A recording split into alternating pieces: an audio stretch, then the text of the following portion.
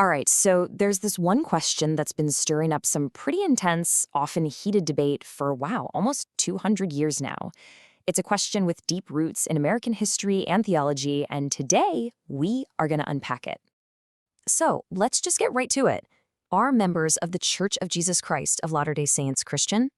Now, you might think that's a simple yes or no, but the source material we're exploring today says, hold on, it's way more complicated than that. And to really get why, we need to travel back in time to where this whole accusation even started. So here's the thing. According to our source, this whole "they're not Christian" idea didn't just pop up out of nowhere. No, it was more like a slow burn, an argument that kind of twisted and turned and got sharper over the years. So let's follow that trail. Okay, so if you look back at the very beginning, we're talking the 1830s to the 1850s, the main complaint wasn't, "you're not Christian." It was more like, "you're a heretic," or "that's a false prophet." It took until the late 1800s for ministers to really start throwing around that specific non-Christian label. And then boom, the mid-20th century hits, and you've got the countercult movement making it official, formalizing it in their books and talks. That's when it really blew up into the big public debate we're familiar with now. I mean, just listen to the words used back in 1831. This guy, Alexander Campbell, calls it, get this, clumsy, blundering, ignorant. Wow. You see, he's not really interested in a deep theological discussion here. He's just dismissing the whole thing as a total fraud. It really shows you that the first attacks were all about just trying to debunk it, not get into the nitty-gritty of definitions. Okay, now fast forward to 1965. This is a huge turning point. Walter Martin writes this super influential book, The Kingdom of the Cults. And our source points to this as the moment everything changed. The non-Christian label got, cemented. It wasn't just a random insult anymore. Now it was a full-blown, organized theological argument against what he called a deviant religious system. And that really brings us right up to today. When you boil it all down, the modern argument, as our source lays it out, is pretty much this. The ideas about God and Jesus are just so different that for many people, it's a disqualifier. Full stop. They're not Christian, period. But what if? What if this whole debate, this argument that's been raging for over 150 years, is built on the wrong foundation? This is where our source material does something really interesting. It basically stops and says, hey, maybe we're asking the wrong question entirely. So to flip the script, the source wants us to think about this.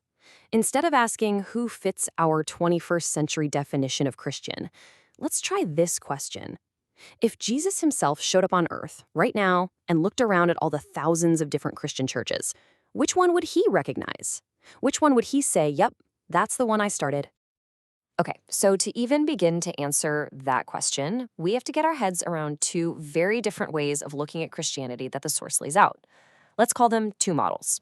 On one hand, you've got creedal Christianity, and on the other, you've got first century Christianity. Let's start with creedal Christianity. So what is that? Well, the source defines it as the version of the faith that was hammered out over centuries in these really intense philosophical debates, at places like the Council of Nicaea. This was all happening long after Jesus and the original apostles were gone. And out of these meetings came these formal statements of belief, these creeds, like the Nicene Creed. And those creeds became the absolute foundation for most of Christianity as we know it, both Catholic and Protestant. And then you've got a very different picture. First century Christianity. This is the model that our source says was the original blueprint. The church that Jesus and his apostles actually set up. It wasn't static, it was a living, breathing thing. It had living prophets and apostles, it had direct authority from God, and, this is key, everyone expected God to keep talking to them through ongoing revelation. So when you put them side by side, the differences really pop. The source lays it out like this. In the first century model, you've got living prophets leading the way, the book of Scripture is never really closed, and the Godhead is seen as three separate, distinct beings. But in the creedal model, the apostles are figures from history, the Bible is a closed book, no more revelation, God is defined by the concept of the Trinity, and authority is more about institutions and tradition. Okay, so now that the source has set up this first century model as like a yardstick, it does something pretty bold. It actually uses it to measure today's major Christian traditions to see how well they line up with that original blueprint. And the results, at least according to this particular analysis, are pretty eye-opening. Based on this specific framework, the Church of Jesus Christ of Latter-day Saints gets a score of 95 out of 100 for how closely it aligns with that first-century model. Mainstream Protestantism comes in at a 60 and Catholicism at a 50. So the implication here is that they've diverged quite a bit more from that original pattern. Now, let's flip that data on its head for a second. The source also presents what it calls a departure score. It's basically asking, how far has each group wandered away from the starting point? So here, a lower score is better. It means you've strayed less. It's a really interesting, kind of provocative way to rethink what orthodoxy even means. All right, all of this has been building up to the source's final point. And honestly, it might be its most provocative one yet.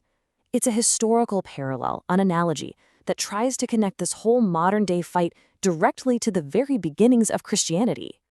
Here's the analogy the source puts forward. The way established creedal Christianity pushes back against the Latter-day Saint faith today is a mirror image of how the Pharisees, the established religious leaders back then, pushed back against Jesus. Think about it. In both situations, the source argues, you have the established religious power of the day being challenged by a movement that says, hey, we're here to restore the original truths.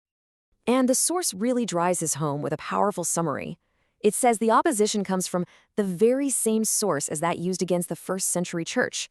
So what it's saying is this isn't just a squabble over a few points of doctrine. It's something much bigger. It's a classic repeating conflict between an established religion and a new one that claims to be a restoration of the original. And so we're left with this final, challenging question from the source for you to think about. Is this kind of opposition to a faith that claims to be restored a totally new thing, something unique to our modern world? Or is it a pattern that's as old as Christianity itself? It's a pretty fascinating lens through which to look at this whole debate, isn't it?